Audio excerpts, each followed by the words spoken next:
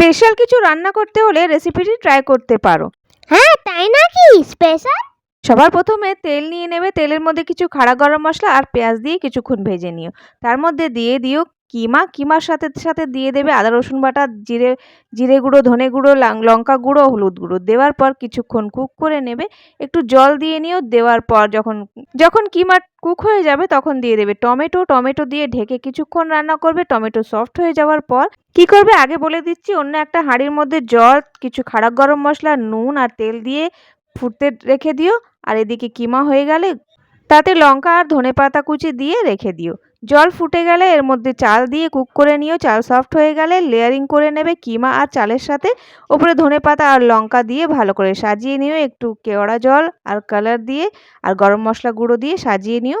এরপর আমাদের কিমা পোলাও রেডি হয়ে যাবে। ভালো লাগলে লাইক শেয়ার সাবস্ক্রাইব অবশ্যই করো। Bye, have a nice day.